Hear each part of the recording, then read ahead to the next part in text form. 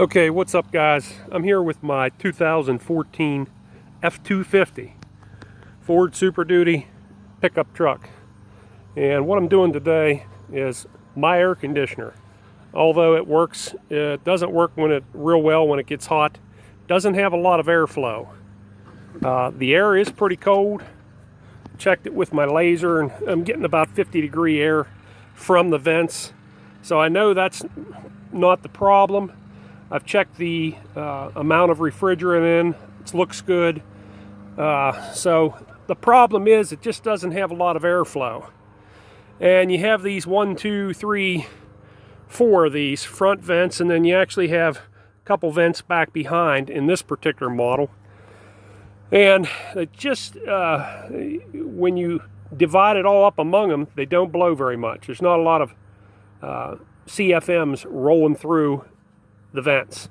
So one of the problems with these is if it's a work truck, or if it has been a work truck, and this was, these things collect a lot of dirt. People leave them on the job site, the construction site.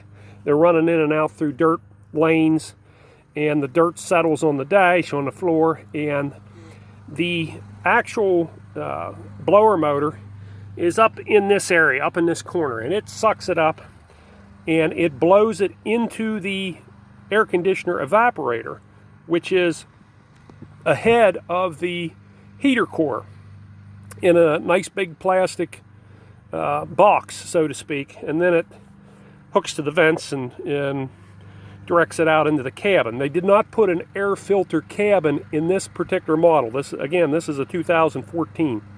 So, and I think probably they didn't put them in a lot of them, probably prior to and after this as well.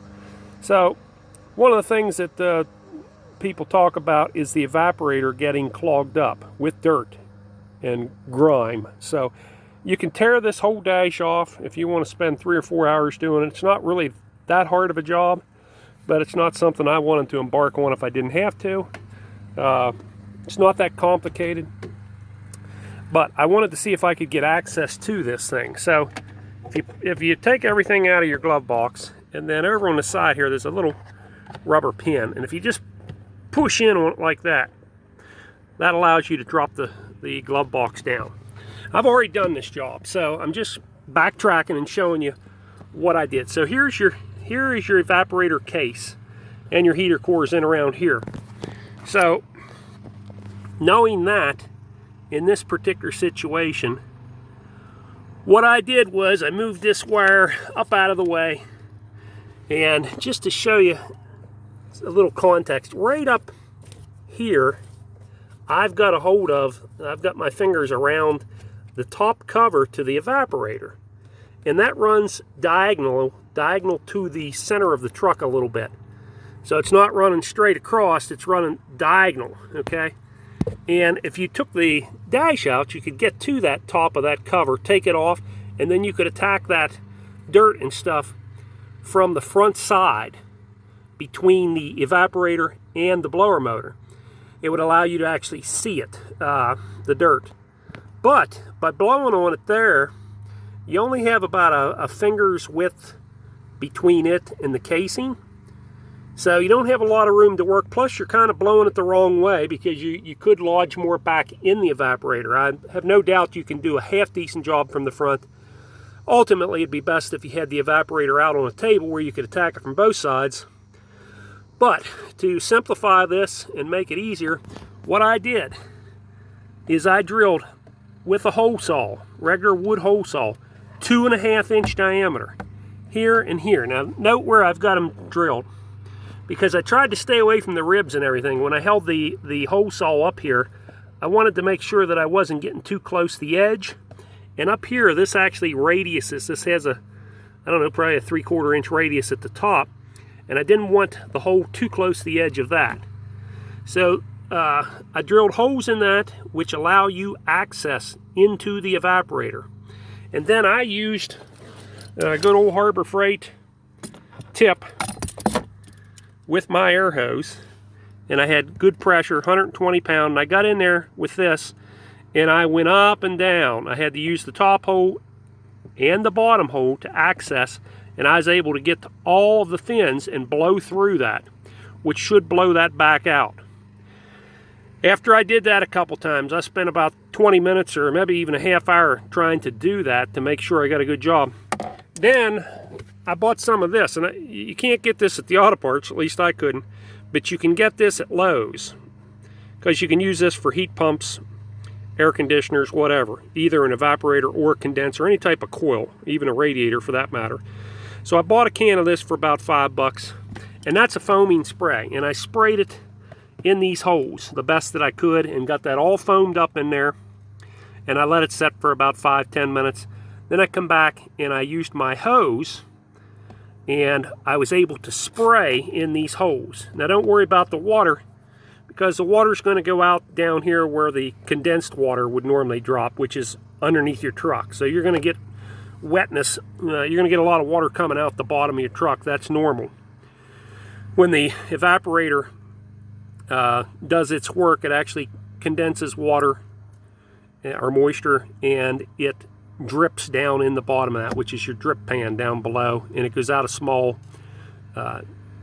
orifice at the bottom. So don't worry about that. So I did that a couple times. I sprayed it twice after I blowed it. Then I went back in, blowed it some more. Then I rinsed it again. I just repeated that process several times.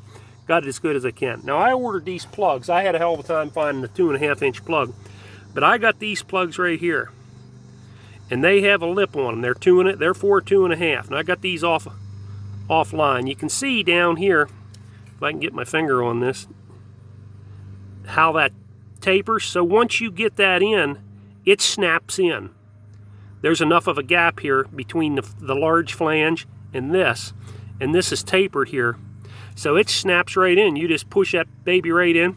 I had no problems at the top on this top one. The bottom one, you got a ridge here and a ridge here. These are reinforcing ridges to make this thing a little stouter, just like this here, and then there was one down here.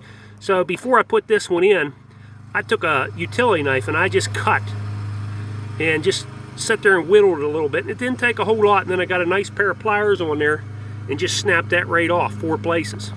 And then this one in, this bottom one went in just the same. But they snap in, they do a nice job. Nobody would really know that they're not factory. There was no sealant or anything required for them. I've turned the air conditioner on, there's no leakage there.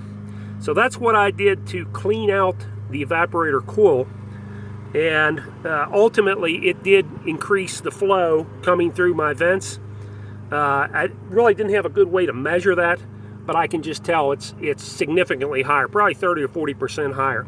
So if you got a clogged up evaporator and don't want to tear the dash out and don't want to pay somebody, you know, $500, $600, $800 to get in there and do this job, this is a pretty easy way that you can do.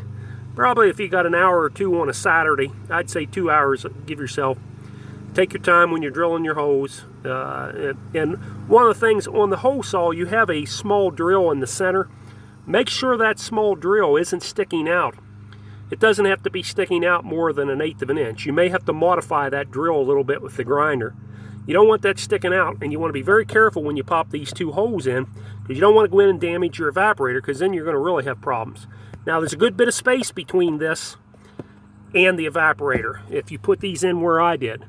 There's probably a couple inches, but if you've ever drilled with a hole saw, you know once you put the pressure on, once it punches through, it can get away from you. So you want to be very gentle with this. You're only drilling through like 1/16 inch thick plastic. So take your time, kind of lean the hole saw a little bit one way and the other. And you can see once you break through, it doesn't take a lot of pressure. But like I said, make sure that the drill bit in the center isn't sticking out too far, that it goes through. And I didn't have any problems. My drill bit was probably sticking out 1/4 inch, and I was very careful. And I probably had 1 inch or 2 to spare when I went through, but just giving you that word of caution. So that's what I did. This does a nice job. You would never know it.